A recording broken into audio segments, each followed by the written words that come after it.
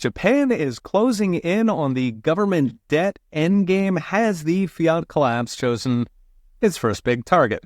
Last week, Japanese bond yields soared to 40-year highs as fears grow that Japan's out-of-control debt will lead to out-of-control inflation.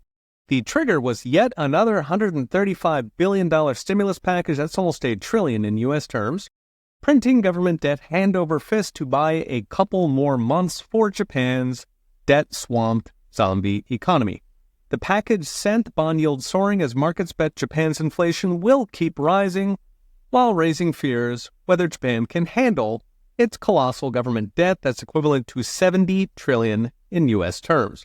This puts Japan in a no-win situation. If it keeps rates low, the zombie economy keeps going, inflation keeps rising, the yen crashes, import prices soar, and Mrs. Watanabe, who votes, cannot afford rice. But if they hike rates, interest payments on government debt spirals out of control, while Japanese businesses are starved of capital, so tax revenue collapses. Miraculously, Japan managed to step on both landmines at once with a massive stimulus package that both hikes inflation and raises interest costs. The background here is Japan's central bank manipulated cheap interest rates in the 1980s to drive an epic economic bubble. At one point, the land in Tokyo was worth more than all the land in the United States. The land under the Imperial Palace was worth more than the state of California.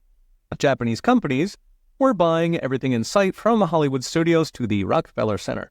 As always, the central bank boom was a tissue fire. It burned bright and it burned short. When it burned out, Japan embarked on 35 years of stimulus with near-zero interest rates and an endless series of stimulus packages, summing to over half of GDP, so that's about $15 trillion in stimulus in U.S. terms. Essentially, it was the 2008 Wall Street bailout, but for the entire Japanese economy.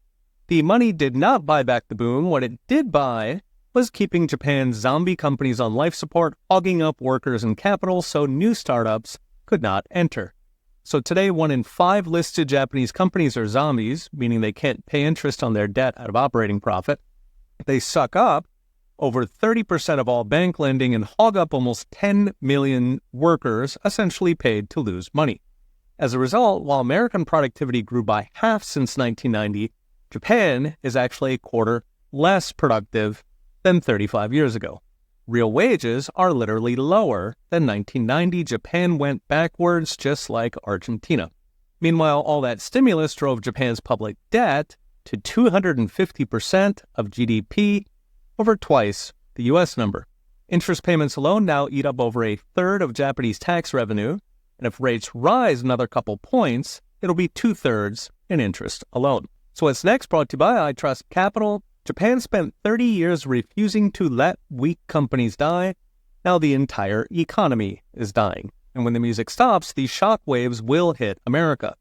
Japan is the biggest holder of U.S. federal debt, and toss in Japanese pensions and banks, and they hold over $3 trillion in American assets.